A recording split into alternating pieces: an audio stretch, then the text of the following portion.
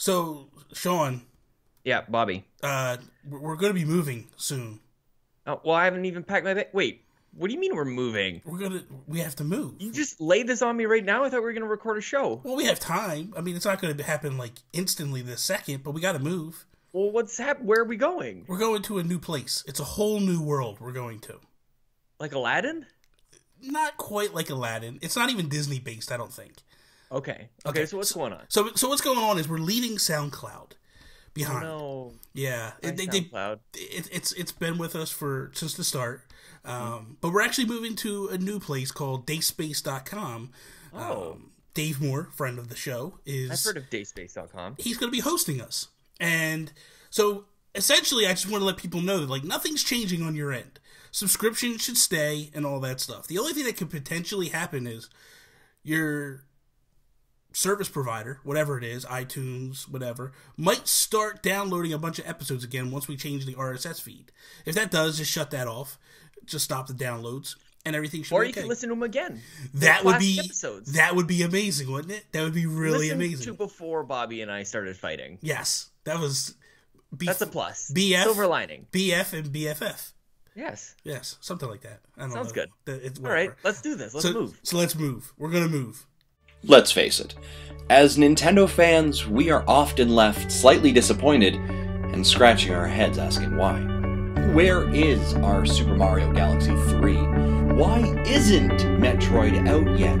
Bring back the Ice Climber, seriously, and what were you thinking with the Virtual Boy? Well, sit back as Sean Capri and Bobby Pauls do just that.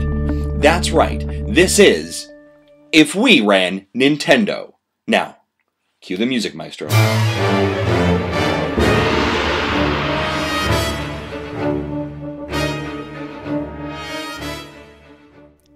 What is up, everybody, and welcome to episode 59 of If We Ran Nintendo. I am Bobby, the Nintendo Guru, looking down at my keyboard right now so I don't look Sean in the eyes and see him mouthing along with me and messing me up. I am joined by the best, the greatest podcast co-host in all the land, Sean Capri. What is up, Sean? Hi, Bobby. We've been chatting for a little while. You've watched me take my first sips of coffee, and you just saw how instantaneous, once it hits your lips, it just tastes so good. Is that what that is? I got my times mixed up. I've been up all night with, and I shouldn't even say it I shouldn't say it too loud because Chelsea was up way more than me, and she's just in the next room. I shouldn't say like I was up all night, so I'm a little tired. I don't know how she's doing it, man. She is a rock star with this stuff. So when do you go back to work? This was my first week back. Oh, so you worked this week? Yeah, this was a real life week. Okay. So yesterday when I lost my Vita charger, all I wanted to do was just play my Vita. I wanted to make you proud, Bobby. I wanted to play some Steel World Dig. And I couldn't find it. How are you progressing with it? Pretty well. I'm focusing on my axe. I just want to get a better axe, and it's kind of like distracting me with all these other things that I can get. Like, I don't know how important the lantern is. Like, to me, I don't mind just being in a single block of light. I'm like, I'll just whack away. You know, I'll just be with my little robot and I'll just whack away, Bobby. Mm-hmm. Yeah. So I'm like the thing is, I was playing Neo on the PS4 just for a moment, and I was holding Lincoln and realized how bad an idea that was, because it's a Souls game and it's frustrating and people surprise you and it's a jumpy type of game. You shouldn't be holding a fragile little person when you do that. And so where did I go next? The next logical place for me was SteamWorld Dig. I just wanted to have a very chill type of experience, and this is it's good for me right now. The thing is, I always cast it aside because I didn't really get the point of just over and over going back, and it didn't really seem like there was much there. And I'm still not really sure what I'm going after, but all I know is that when I sit down and I want to just play a very chill game, this game is doing it for me, man. And I'm liking it. It's got a whole ton of charm. Yeah. And I think the thing too, like, I don't know if you're like this, where a sequel is coming out, and if you've got a little time, you just want to see what the original was about, see why everybody's so excited. Like, the same thing's happening with Darksiders, with everybody pumped about Darksiders 3. Yeah. I think I'm gonna have to jump into those other ones. But yeah, man, I'm starting to get a little excited about SteamWorld Dig 2. Maybe Image and Form can save the Switch.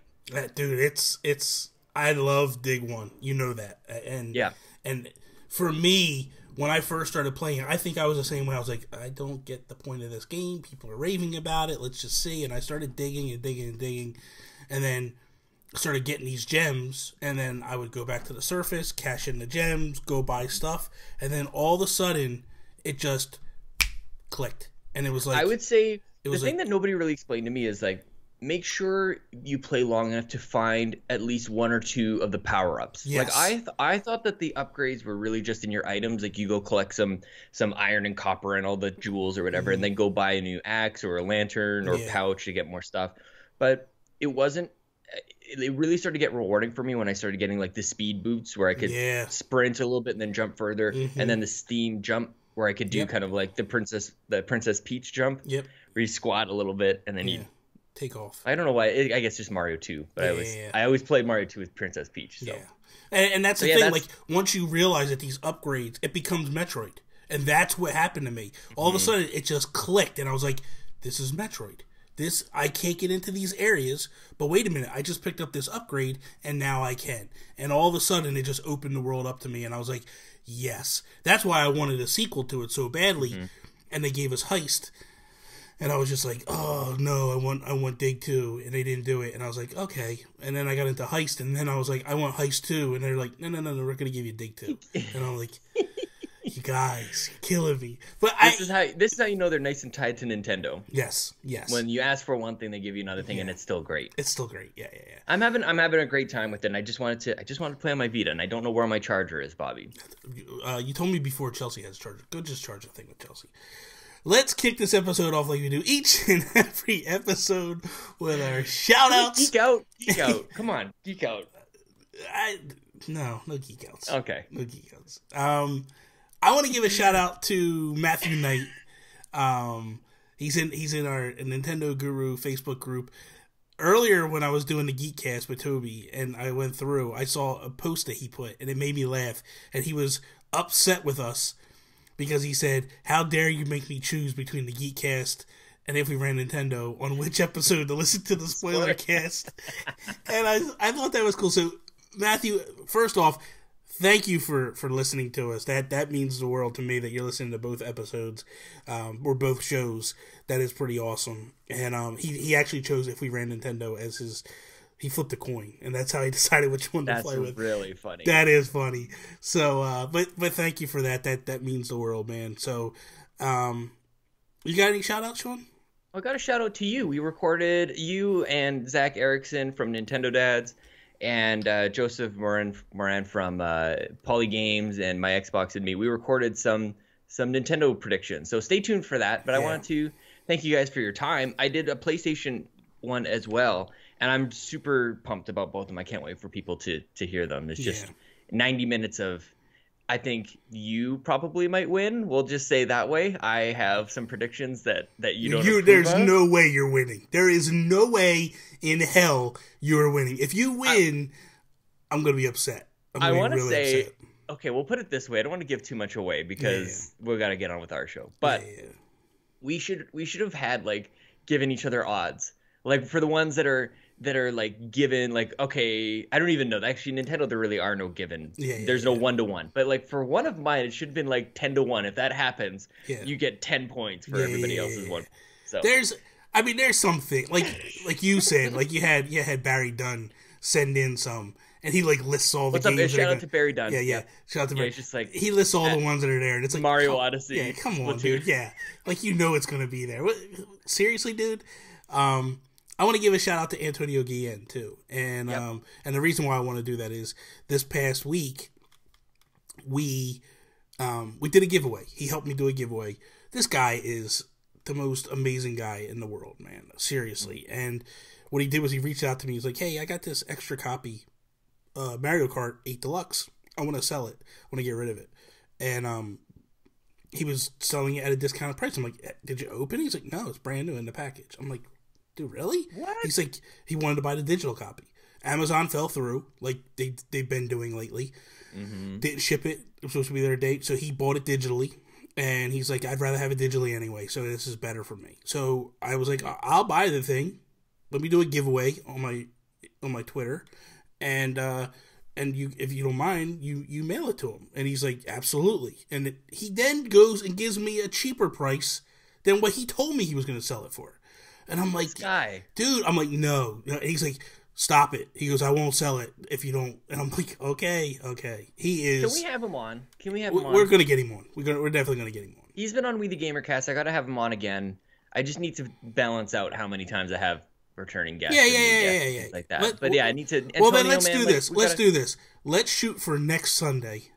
Antonio, wow. I will reach out to you this week. This is happening. Yeah, well, it's going to happen. Let's make this happen next week. I would like to talk to him too because he is back on the Nintendo wagon. He's in a big bad way, man.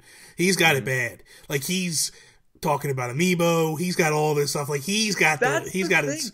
Yeah. That's the best part about all these people who were so against Nintendo. They were like me. They just hadn't admitted it, Bobby. Whenever I was talking down about Nintendo, they were hurt. Yeah. And I was hurt. And it means that there's somewhere down the line, they had a really strong relationship and Nintendo broke their heart. But now, Nintendo dropped 15 pounds in all the right places. They're looking sexy as ever. Yeah. We're getting Wood back, Bobby. Dude, it's... Man... And I brought this up. This will be the third time that I'm bringing this up, but it's the truth, man. And I'm so hyped about it. Is the fact that it's like this is classic Nintendo, where every week there's a game hitting, and it's a good game, and it's and I'm buying games like I think I'm up to 25 games already now on my Switch, and I just bought NBA Playgrounds on Tuesday. I bought Minecraft on Thursday. Oh man, I might jump into Minecraft. We're paying the same price as you guys. It's like I feel like I'm getting a 30% discount. Yeah, man. I feel like somebody's gonna notice and jack that price up. Antonio, first time he even played Minecraft. He's been messaging me and he's like, last night we were talking and I was like, which texture pack are you using? Oh, I'm just going with the original. I'm like, dude, you should go to natural. And he's like, well, I don't want to start over. I'm like, just switch now. You could switch. When you start the game up, you can change your texture packs. And he didn't even know that. He flipped out. He's like, I'm looking at wiki links and all this stuff. I'm like, dude, it is...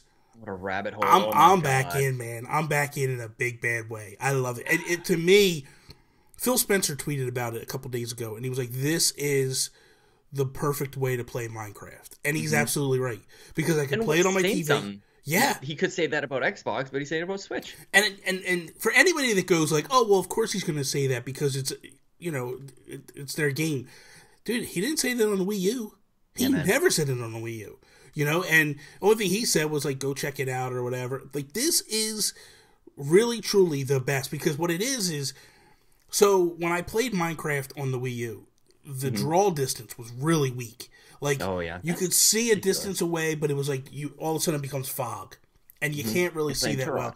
Yeah, and it wasn't that great. And then, because I came from the PlayStation 4 version over to the Wii U version. Oh yeah, of course. And I just went right back to PS4, and I was like, this is cool. I'm glad I bought it on the Wii U. The Mario stuff is really... Support the developer, Yeah. You want to make sure that they can eat. Well, not even that. I mean, come on, Minecraft. I was supporting Nintendo more than anything. That was my whole mindset. But the fact of, like, that Mario world is unbelievable. Like, just go explore that. What are you doing to me, Bobby? Dude, I don't need Minecraft. Yo, is this happening? That is amazing. Dude, when I tell you, Sean, it is one of the coolest things in the world. Gigantic 3D Marios, gigantic Princess Peach. You got Bowser's, like, remember in Super Mario World where you have Bowser's skull, like his head coming up out of the water with the rock? They have that. They have the airships in the air. Oh, it is amazing. So amazing. And the cool thing is, like, when you're running through the world, it's one thing, but then if you scan up and you lift up and you look down on top of the world, it's a map. It's like Super Mario Bros. 3. So it's no way. Yeah, man, it is awesome. They did a phenomenal job with this thing. What are you doing to me here, Bobby? Go buy it. Go buy it. You'll love it. You'll thank me later. So the thing is, like, I'm realizing how much fun I'm having with SteamWorld. I don't know how close the two things are. Like, I don't know not really close at all. I don't know if I want to build anything. Like, you don't have to build. I still have a good time if I don't want to build anything. I don't want to craft. Maybe I just want to mine. That's the thing. You could do two different things. You don't have to. You know what I mean? Like, you're going to build your house, and then you have to build a house. You have to have shelter to hide away from the enemies and stuff at nighttime and all that. But but it's like I'll spend time either mining, and I'll just put hours into mining, and then I'll be like, you know what, I want to go build for a little bit, and then I'll shoot back up to the surface and start building, and then I'll be like, all right, I'm out of supplies, I gotta go mine again, and I'll go back down in, and it's really a lot of fun, man. Okay, here's my other thing, and then we can move on. I played the Switch the most on the bus. Now I've had my first week back to work, and I'm like, oh yeah, this is where I was playing Zelda before, so I'm back at it. Number one, playing Mario Kart 8 on the bus, not a great idea, because I'm a rageful person, and doing that in public is embarrassing. Like, goddamn blue shell! Like, I'm trying to 3-star this bitch. And so, I also don't know if I want to be sitting on the bus playing Minecraft. Like, this is a child's game. Like, this is... Nobody cares. Nobody's paying attention. I don't know. You're fine. It's not a child's game. It's really in-depth. It is so deep. It's not even fun. For saying Minecraft is a child's game. I know. I'm already upset with you. You know. But so we'll digress a little bit. We'll move on. All right. So we had this a while back, and I am so sorry that I didn't bring this up a while back when it was thrown at us. But Radeon Server on Twitter, he sent me a message and said, "Who are your inspirations within the Nintendo community?" And that could be anything. That could be like just whatever, creators, video game developers, like podcasters, whatever it may be. It's whatever. I mean, I have a few here that I listed, and I guess we can kind of go back and forth a little bit and kind of chat it out. The one that kind of came up on the radar lately and has really, I feel, been a little bit of an inspiration, but also like a lot of just admiration. I think I know exactly who you're gonna say. I don't think you know, but C&D. Amiibo. Oh, okay. No. Yeah, C&D. C&D, just because this kid, say the full name. Come on, some people don't know. Captain Nintendo dude. Yeah. Alex. He went out a month before the Switch launched and sat out in line and vlogged his whole journey out there. Every day there'd be a new vlog up, and me and Tony got so invested in this kid for the month before the Switch. It was just amazing to watch this kid do this. Yeah, man. And he just went back. So creative. He just set his mind to doing this thing, and he made something of it. And people tuned in. I think that he's an inspiration for so many reasons, not only just for coming up with the idea, but that he made content that people wanted to tune in for. Yeah, and you guys were watching on the TV. Yeah, we were watching on TV, and but he went back for the Mario Kart 8 Deluxe launch, and they started another line. It was awesome, man. It was awesome. God. So it's like one of these days I'm going up. I'm going to go up when it comes down and get it out. But go ahead. What's one of your inspirations? Well, I thought you were going to say Gonda Chris. Yeah, and I wanted to start with her right off the top because she is just she's one of those people who just continues to improve. Obviously practice makes perfect, and she just keeps upping the ante on herself. And I wanted to she's an inspiration because she has this talent that it's not common. Some people will draw, some people will paint, but to me, this falls into the sculpting sort of category. Yeah. And it just it's so unique, and I want to give her props because it's hard as an artist, and especially in such a niche sort of artistry, to get noticed. And she's getting noticed by big people. Yeah. You know, like you and I talked about this before, but Brian Altano reached out to her and said, you are so talented, we got to have you at IGN, and we got to talk about this thing. And that is when I see that, it kind of makes it this is literally an inspiration. You're oh man, wouldn't it be great to be able to do something that gets noticed by somebody else in that way? And obviously I have no way of even touching that level of talent. But that's the thing about this whole community is everybody's doing something that they love and that they're passionate about. And Gonda Chris is when you put this out, she was the one that came up first and foremost. And basically she's representative. I just don't want to go through a whole bunch of custom amiibo people kind of Toby, you got a great Zelda. Yeah. Or Link's the boy. Yeah. So just a shout out to Gonda Chris and all the custom amiibo people. You probably have a couple on your list, I'm imagining. Yeah, I mean, I didn't put any customizers on there, but the customizers could be Evolos and those guys, like, they really do great work, seriously, and that's an inspiration because they're doing something that I wish I could do, and it's creatively, like, I know in my mind, like, hey, this is what a cool amiibo would be, but I just can't get it to happen across the lines.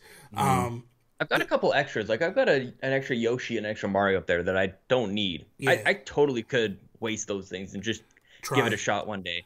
But that might be something that me and Link do sometime in the future. In the future, I want to do like models and rockets and whatever else and nerdy stuff like that. We had him on a few weeks ago, Amiibo Jason.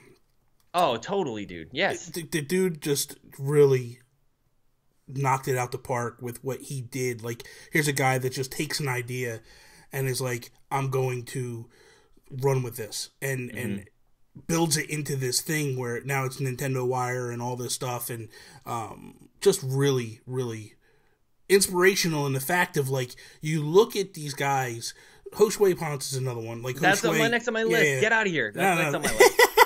But you look, because they're both in the same realm, you know what I mean? And when I look at those two guys and I go, here's guys that just, like, had an idea, let's make it happen, and they just go for it. And it's just to see, because look, you and I both do podcasts and we do stuff, and it's like, hey, I got this idea and I think this might work. We're going to give this a shot.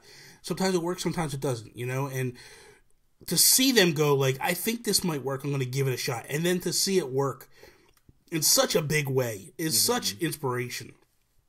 Because you sit there and you go, like, you're constantly analyzing stuff like, well, why does that work and why doesn't this work, and why, you know, and it's just timing. Everything's timing in the right place, right time. And but what Amiibo Jason does is just the fact of, like, doing videos every single day about the news and what's going on and all this stuff. Like, just the dedication and the drive is just phenomenal, man, all day long. When we got a little bit of insight into, like, what is the day-to-day, I think that's rare when you talk to really anybody who's talked about somebody about their job. Like, most people don't want to talk about the intricacies of their job, but like, we got right into the, you know, at 2 a.m, this is happening because news is launched at this time, or there's stock announcements that are happening, and he gave us, like, the lowdown, and that sort of segues into my inspiration, who is, you know, Hoshway Ponce. He and I had about an hour-long conversation just on the phone. Like, I was at work, I took my lunch break, and we just chatted for like an hour. And the thing that is so clear to me, and that relates to both these guys, is that it is so much time that they dedicate to the things that they do. And like, it's that realization where I go, I ain't got that kind of time. Again, I wish that I did, because I wish that I could be doing what they're doing. Yeah. But the requirement and the dedication that those guys put into the things that they do is out of this world. Yeah. And if anybody thinks that, like, they want to do even something close to that, you gotta be ready for 24 hours a day, 8 days a week. Yeah. Like, it's insane. But the funny thing about Hoshway is, like, I don't know what I did to earn this from him, but he spent like a half an hour he's like, can you just get on YouTube? He's like, he's like pumping my tires, and you know me, I don't like taking compliments. He's like, just do something, just get on YouTube, do something. And like, he literally is inspiring me to, like, directly inspire, not just through the stuff that he does, but he reaches out to me. He's like, so are you doing it yet? Like, because he wants to bring me into his fold. Like, he wants to bring me into the influencers that he works with. And that's what he's been doing with me as well. And that's same thing. Like, same thing, very typical. He had me get on one day, and he's like,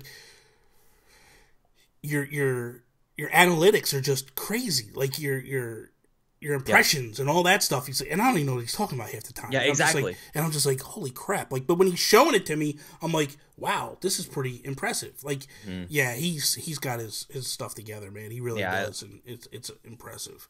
Yeah, it's Nintendo really Mobile News, shout out, man. Awesome. Yes.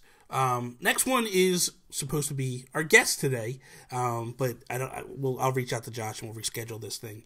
But Josh Thomas from the BitBlock, I love his content. I really do. Another one that Tony and I will watch together on YouTube on the TV while we're eating dinner and stuff. And what got me into him was he's a big Animal Crossing fan, and I'm a big Animal Crossing fan. And he used to do these Mayor Joshy diaries where he would go into other people's towns and walk around their towns and do these videos where he's just he's showing off their town, and he's just jokes and making fun of stuff and like talking. It was just really good, fun stuff. It was awesome. And and I like his. It's so smart. Animal Crossing is a blank canvas. It's wide open world to tell stories and just to do stuff with. So that's really smart of him to do. Yeah. So I loved that stuff. And he did a series called Make Believe, where he took Animal Crossing and basically 3D rendered and built this stuff like of what he would do in the future Animal Crossing. Oh man. And it was unbelievable, man. Really was. Just great stuff. Go ahead, you got somebody next? Yeah, my next one is it's Nintendo dads. Okay. I mean, obviously now a dad myself. Mm-hmm. But again, these guys, I said it to both Zach and Justin separately. They were on We the Gamercast. And first with Justin, like in the darkest, deepest, crappiest days of the Wii U, Justin was always a Nintendo player. Yeah. Like he does the podcast like and I appreciate that because I'm not that, like I'm on a Nintendo podcast right now and I still play, like I'm playing SteamWorld Dig on my Vita and my PS4. Like I'm all over the place, but he is dedicated and he sees the family value and like he's all in on Nintendo. Yeah. So that's why I wanted to make sure that I pointed out the Nintendo dads. And it's that magical mix of loving Nintendo and always delivering like what's new. Like they're my go-to for Nintendo news. Between them and NBC, like that's where I understand what is happening. Yeah. And man, like they just take it to a whole new level. They're always introducing new guests. They somehow manage 5 people at a time, which is something that I don't know how that's even possible. Yeah. But yeah, man, the Nintendo dads got to get a shout out. They're definitely an inspiration on dedicating themselves to Nintendo in a unique way. Well, and I also have the Nintendo dads on here, but more or less, the main for me is Justin Masson, and because this podcast in particular doesn't happen without his influence. It doesn't happen without him talking to me privately. He came on the Geekcast. We got done the episode. Him and I stayed for another 45 minutes to an hour just talking Nintendo. And he just was like throwing stuff at me. And he encouraged me to do the rebrand and to leave the Geek Guru and go into the Nintendo Guru and all this stuff. And like, so I feel like any success that I've garnered in the last year basically comes from a charge that he gives me. You know what I mean? Like he fires me up mentally and gets my mind in the right place to go like, I can do this. I am going to do this and I'm going to roll with this. And like, and I don't say it often enough. I don't think that I go to people often enough the way I should, but, and I probably should be doing this to him rather than just on this podcast. But seriously, Justin, you have no idea how appreciative I am of that conversation that we had, what that means to me in big scale. Like a lot of times people will encourage people and will help them get somewhere and then they get forgotten along the way. I will never forget that day because that day to me, any success I ever have comes off the back of Justin Masson and that conversation, because where I am today, what I'm doing today, none of that happens without Justin. And he is a true friend through and through, and he's always willing to just sit down and have a conversation and be like, okay, Bobby, what are you doing?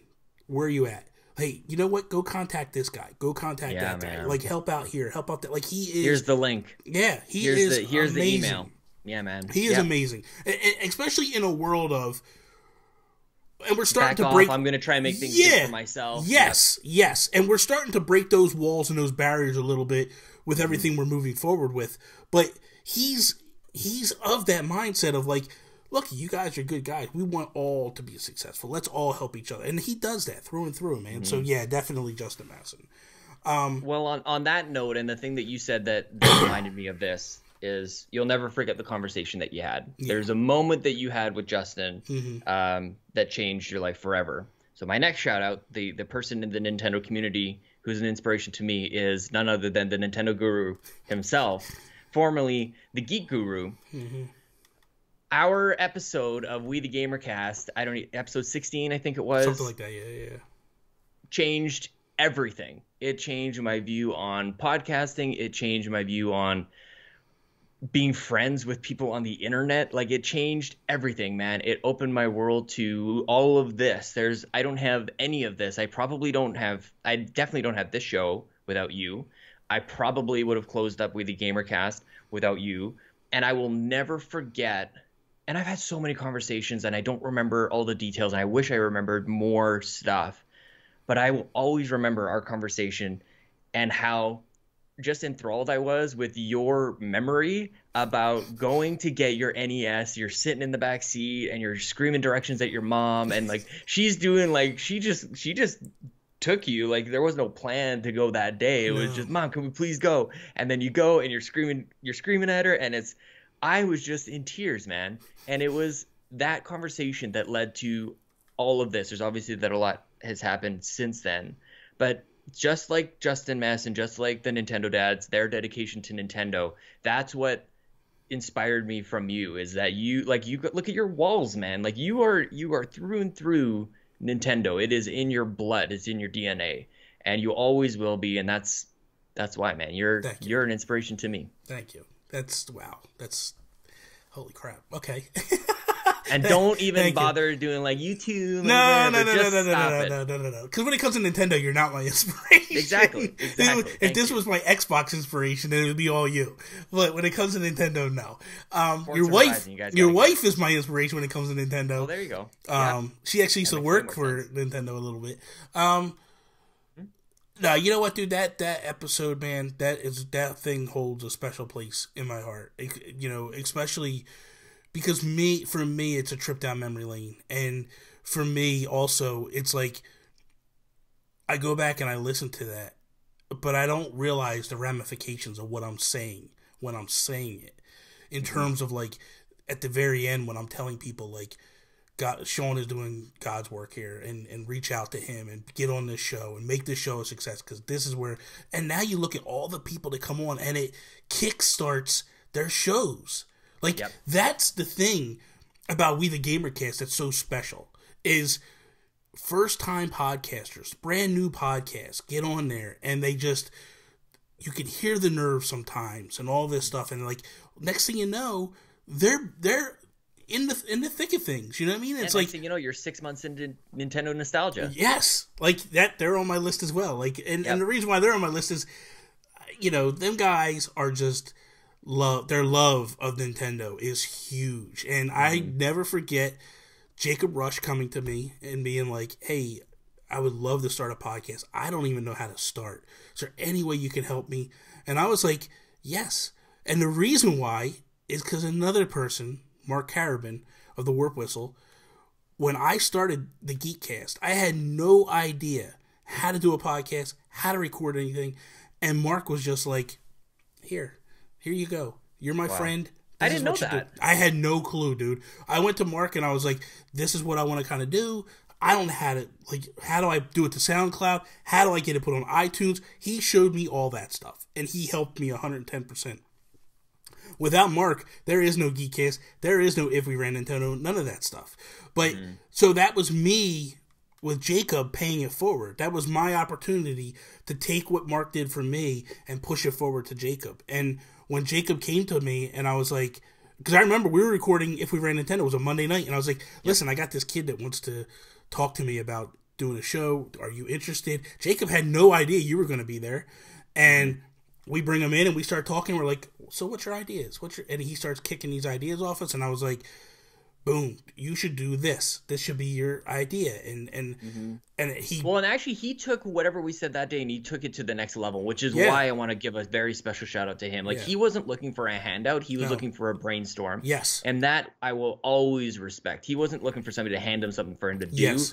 He was really taking this thing by the horns and just wanted to make it his own. And he came up with the Nintendo Nostalgia name. Yes. And, like, I think we were kind of, like, throwing names around. We're like, yeah, definitely do this. And we liked it. And then he came back with Nintendo Nostalgia. We're like, that is way better than anything we were And here's the about. kicker. Here's the thing that people a little behind, a little inside baseball for anybody. So what we do when we do a new podcast, we do this thing called an episode 0. And sometimes it makes the light of day, sometimes it doesn't. But it's more or less like test the equipment, test the things out, kind of get a banter going. And the way we did, if you go back and listen to episode 0, If We Ran Nintendo, we're also coming up with the name, the ideas, and all that stuff. Like, we're building the show in that episode, because you're always going to have that conversation of, okay, let's sit down, let's figure out what we're going to do. Like, what's a name and all that. And I was like, well, let's record that episode. Yep. I did the same thing with the Ink Strike. We did it here. So I told Jacob and Ryan, hey, guys, go do an episode 0. They sent me episode 0, and it was rough. It was real rough. And I was like, okay, let's do another episode 0. Let me come in and help you guys. This episode never hit the light of day, but I was in there for an hour, and we did the episode, and I kind of was like working with them and helping them. When I tell you, when their actual episode 1 hit, dude, when you looked at their episode 0 to their episode 1, light years. And now when you listen to them, it's progressing each week, and it's getting better and better. Dude, they're just knocking it out the park, and they're doing great work, really are. And it's different. They found a way to talk about Nintendo in a unique way. The fact that they now I think they're doing this a little more, but bringing on guests to talk about like a single game. Yeah, I'm in, man. I see a picture of Star Fox, and I want to listen to that. And that's the thing. Really smart. That's the thing, because when we had that conversation, I remember saying this to Jacob. Look, don't do a news podcast. That is a waste of time. Nobody's going to listen to you. There's a million different podcasts out there. Nintendo dads are doing it. NVC's doing it. You know, Life of Gaming's doing it. There's all these games. There's all these shows that are doing the news shows. And let's talk about the news and a video. For you to get a sliver of that is going to take forever. You need to find something unique. And I feel like that's what we have here with If We Ran Nintendo is we don't talk news. We don't talk, like, sometimes we'll intertwine it with what we're doing, but at the end of the day, it's a unique spin on a podcast to give somebody something else. He grasped that immediately and was like, you're right. And he went with that. And what they're doing is totally, it's crazy. It's awesome, man. I love it because it's not the same old. It's something, it gives you a reason to listen. You know what I mean? And that's more or less where it boils down. One last that I have is Per Schneider. You guys can send a check in the mail, by the way. Yeah. For the last 20 minutes. Like that shit ain't free. You know what I mean? Per Schneider, NVC. Yep. He's an inspiration because of the fact of, like, I think he's a little bit older than me, not much older than me. And what inspires me about Per is that his love for Nintendo has lasted for so long. Mm-hmm. But he's not a fanboy. But he's realistic. And a lot of times you'll listen to NVC and Jose and Brian or whatever will start railing against Nintendo. And Per's the voice of reason that just brings them back in. And goes, he's like, look, this isn't the first time this has happened. Yeah. You know, like, 20 years ago. Yeah, like, look, this is what the reasoning, like, there's more to it. Nintendo doesn't not want your money. There's a business thing behind it because he's got the business sense of things. Yep. So I like to hear his take on things. But the thing that gets me with him is he's just, when he says, I'm in love with Binding of Isaac, I go buy that game. Yeah. I don't read reviews anymore. I'm done with reviews. I don't go that way. Mm-hmm. About 5 years ago, I started to take the mindset of I listen to people like us, podcasters, YouTubers. There's like-mindedness within that. And if there's somebody who says that, if there's somebody out there that's like-minded with me, if they say to me, I like this game, 9 times out of 10, I'm going to like that game. Yeah. So Per is one of those guys. It's also Brian Altano, but Brian's kind of faded a little bit lately because he's kind of not on the same mindset with me. Colin Moriarty used to be one, but he's no longer doing this anymore. So it's basically all reliant on Per. And when Per says, like, this is a great game, I'm really enjoying it, I know I'm going to enjoy it. And I go buy it immediately because just based on his words. Because I can't tell you one time that Per Schneider has said, I like this game, and I went and bought it, and I didn't like the game. It's just that like-mindedness, and I'm all about it. So he inspires me because of his level. Like, he is a GM, and he takes time out. Like, he's a busy dude, and he has accomplished so much in his life, and he takes time every week. He never misses, unless there's something special and they don't need him. They go somewhere else. Like, he just takes time to talk about Nintendo. And I respect him so much. He never gets down into the console wars or anything like that. I love Per. On the same level, Bill Trinan Yes. is the last on my list, and I know that we've been going on a little bit. I got one more, but we'll hit that after this, and you're probably gonna be mad when I say this name. But go ahead, Bill Trinan. Go ahead. That's all right. Bill Trinan's, well, I mean, he can eat a mean donut. Let's get that right out of the way. But again, like I'm inspired by him because he's a guy with the work ethic that I don't think anybody realizes. They see him on the directs and think like, oh, he's the funny guy. Yeah. That dude has busted his ass from day one, and the things that he has accomplished to be Miyamoto's right hand man, to be the to do that is nothing short of astonishing. Yeah, and he gets to be kind of like the lovey like guy with all the great news and the people that we look forward to hearing from. He has both sides. He has what we want to, like, he builds a guy that we all want to be best friends with. Yeah. And I think that along with just a really hard work ethic is something that should be admired. And then you follow him on Twitter, and he's a well-rounded dude. Yeah. He's not even just Nintendo. He's a science geek, and he's all into all these other things that I look to. And I think that really anybody who aspires to greatness, you have to be well-rounded as well. And Bill embodies that better than I think anybody on this well, I shouldn't say that, but Bill embodies that really, really well. And I think that he has no qualms about being the Nintendo dude, but also all these other different things. And I just love Bill. Who doesn't love Bill? Yeah, he's awesome. Last one, Jules Watsham. Yes. Oh, that was going to be one of my shout-outs. Oh, was it? Because of the limited run, the Mutant Muds that they did. And I bought my copy, and I wanted to thank you so much for handling shipping and all that good stuff. No big deal. Jules. Yes, Jules, of course. Jules is an inspiration because he's a game developer, indie game developer, but he is so in touch with the community, and he's very insightful on a lot of things. But the fact of, like, if you tweet him, odds are he's going to answer you, and he's going to say something back to you. Got time for that? I don't know. I really don't know, but it's just, he inspires me because I see what he does and I go, man, I would have loved to have done that. But what inspires me too is, like, here's a guy, grew up in England, moves to the United States, lives in the United States now, and, like, where do you take that leap to go, I'm just going to leave everything I know and go to this country and just move there, and I'm going to live there, and I'm going to work in games, and, like, that is an inspiration on a different level. The fact of, like, you're willing to just take that risk and just go and try to live your dreams. And, you know, is he an Activision? Is he an EA? No, but he's living his dream.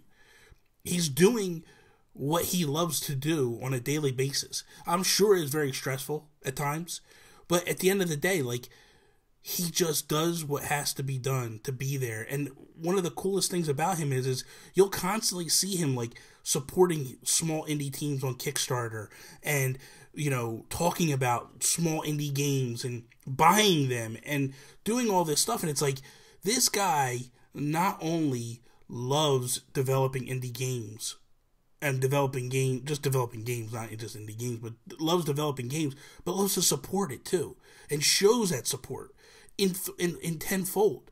There's a story, you know that I love Kevin Smith, and there's a story, if you listen to Kevin Smith, he talks about Jim Jacks, who helped him by producing Mallrats and all that stuff. He helped get picked up on after Clerks, Jim Jacks, and he tells a story of how him and Scott Mosier were living with Jim Jacks for a while.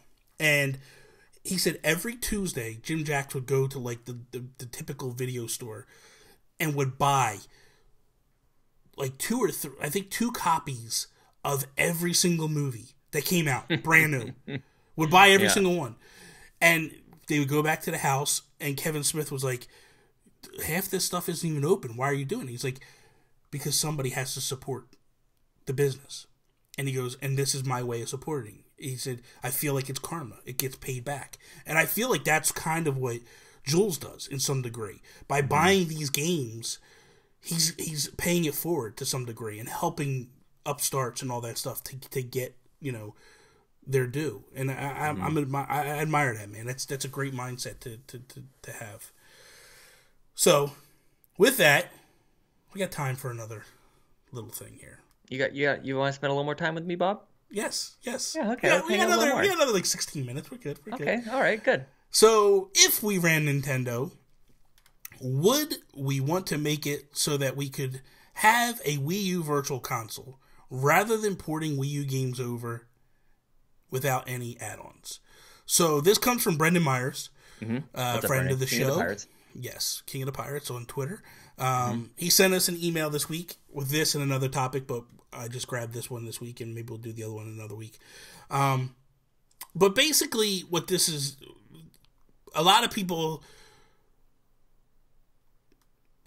I talked about it on the Geekcast last week with Chris White, and it was like, what do we want from deluxe copies of these games? Right. And what deluxe games we want?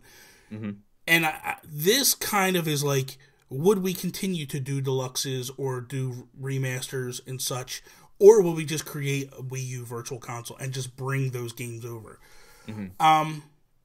The advantage to doing this is, one, the Wii U was all in HD. So I feel like when you just port them over in that fashion of a Virtual Console, you're getting the up-res, you're getting all the good graphics, you're not losing anything in that area. Yep. I feel like the only way, I feel like this is something that we would definitely do if we ran Nintendo. I feel like open up the entire Wii U virtual, like bring it all over. Bring it all don't over. Just do. I'm with you. Don't limit it to deluxe. Yeah, just don't do it like every couple of months. Bring something out. I feel like all those games, especially there was about a 2-year period where Nintendo was clicking on all cylinders, and every single game was crushing on the Metacritic. Everything was through the roof. I feel like I look at this and I go, there's only 3 games that had to get deluxe / a remaster. And that would be Mario Kart 8, Splatoon, and Smash. Those 3 to me are ones that, like, you do this, you add all the DLC content in, you do something special, that along the lines. But games like Mario 3D World, Pikmin 3, those games have to be played because they are great games. But I don't feel like they need these remasters or anything like that. So it's a tough one. It's a tough one, Bobby. I think some are going to have to be back and forth, especially when you bring up Pikmin. Like, that one might have to be a deluxe because, like, they have to make changes to, like, how the game actually functions. No, they don't. Because they added Wiimote later on. And they also added gamepad. So you can so how does that work on the Switch? Well, you can use the Joy-Cons as your nunchuck, and like we saw World of Goo, you can actually do that stuff and use a pointer and shoot where you want the Pikmin to go. So it does give you that ability to do that. Would it be like you would lose the gamepad functionality, I think, unless you went to handheld. And that would be the way I would do it, is you play the game in handheld, you could control it like with the gamepad, but if you play it in docked mode, you have to use both of them, both Joy-Cons, right and left hand, and play like you did with a nunchuck and Wiimote. That would be my answer to that. With 3D World, there's really nothing. It's just you get a controller. There are a lot of games. Like, I think that ultimately people had a problem with the gamepad because they're sitting there playing the game going like, what the hell do I need this gamepad for? Yeah. Like, that is the majority of the optics there. There are a few select games where like the gamepad was integral to the experience. So those ones, I basically would make the decision based on that. Like, if it requires the gamepad, you need a deluxe, you need some sort of like remaster, repackaging of the game so that it will work on the Switch. And then for all the other ones, there's a slew of other games that you can just put on the Wii U Virtual Console and it works, just popping up on the screen. And like you said, I would just be interested to see, like, because I know that technically you're able to point and it sort of works the same, but like it's not like technically it's not like it doesn't work exactly the same. So I'm just wondering how that pans out. Yeah. But I definitely think that from a business perspective, you want to open this up as wide as possible, get as many titles, load that thing up. Everybody talks about the Wii U library and how it's like 80, 90 on Metacritic. Yeah. Get that stuff out there, man. Like, let's just get everybody playing it and regretting that they didn't have a Wii U. You know what I mean? And here's the thing. Like, you look at Tokyo Mirage Session. Yep, exactly. That should be there. Hyrule Warriors, that should be there. And And I would even go as far as to, rather than putting Wind Waker, the GameCube version, on a virtual console, I would probably bring the Wii U version, because that was an amazing version. Like, that was it looked beautiful. It was gorgeous as hell. They did some things with that, with the Swift Sail and stuff, just to make the game better than the actual GameCube version was. Right. I mean, you could probably bring the GameCube later or whatever, just to let people have both versions if they want to play both versions. But the Wii U version was just amazing, And so when you think back, I definitely would do this. There's no doubt in my mind that I would do this. I think a game like Nintendo Land probably gets left behind. That's a game that there's really no way to port that over. It'd be cool if you could have like some sort of solution. I'm trying to think of the games that do require the gamepad. And Mario Xbox Maker did this. one. Yeah, but like I wonder if there's a way to use your cell phone as your gamepad, as the screen and the input device. Like and there's gyro in here as well. Like it would take a lot of dedication. I'm not sure that is really worth it for the few games you're going to be bringing over. But Xbox did an experiment with that with Smart Glass for a little while, where they thought like your smartphone was going to be kind of like the Wii U gamepad. Yeah. I think that would be really interesting, and the only way that I would really rationalize that is if we were to expand it to new games. Like if your smartphone became part of your Nintendo experience, and it allows you to go back, but it also allows you to build new experiences. That'd be kind of cool. Yeah. I have a hard time believing that Nintendo is abandoning the 2-screen system. Like the DS and the 3DS and all these other things are so, like, it's part of their identity and it's part of their history and legacy. I have a really hard time believing that they're leaving that behind. I think in the short term they've gone to single screen because it simplifies things, but I feel like we could have a return. It's just a matter of how do you make that work without requiring people to buy new things that they're encumbered with all the time. The cell phone satisfies that, I think. The cellular telephone, Bobby. The smartphone. I think it's a real simple answer, honestly. I think there is no way you don't leave that. Like Donkey Kong Tropical Freeze. Like, how do you not bring that over? Stay. Yeah, it's fine. You can leave it. See, this is what got you in trouble last time. That's a great game. I mean, they're bringing Rayman over already, and they're doing like a deluxe version of that. Ubisoft, and that's the thing. That will be a great example. I want to see how that works. Yeah, because it was originally built for the Wii U. Like when you talked about the multiplayer and controlling 2 different characters and the way that you would spin, like there's that classic example I always use with the wheel and everything. I want to see what they do with that. Yeah. Like, I guess there's still gyro in the Joy-Cons and stuff, and I don't know. I'll be super there. You lose the input on the gamepad. Yeah. So whatever they do there, Ubisoft has obviously figured something out. And I guess even just with the other versions when they ported it to PS4 and whatnot. I'm really curious to see what Ubisoft. But I'm just talking specifically the Wii U version to the Switch. Yeah. Like, or maybe this will just be a port of the PS4 version to Switch rather than the Wii U to Switch. Yeah. I don't know. I didn't once I played it on Wii U, I didn't play it anywhere else. Yeah, so me neither. So you didn't need to. So that is all. Thank you guys for listening to us. iTunes, SoundCloud, Stitch. Well, we're going to be leaving SoundCloud soon, but for now, SoundCloud, Stitcher. Be sure to check us out on WeTheNerdy.com. You can follow Sean Capri on the Twitters. Sean like Connery, Capri like the pants. You can follow me at Nintendo Gurus. Follow the show at If We Ran Nintendo. See me later. Goodbye, Bobby. I'll see you next week, okay? What the? So long. What the hell? So long for now, friend.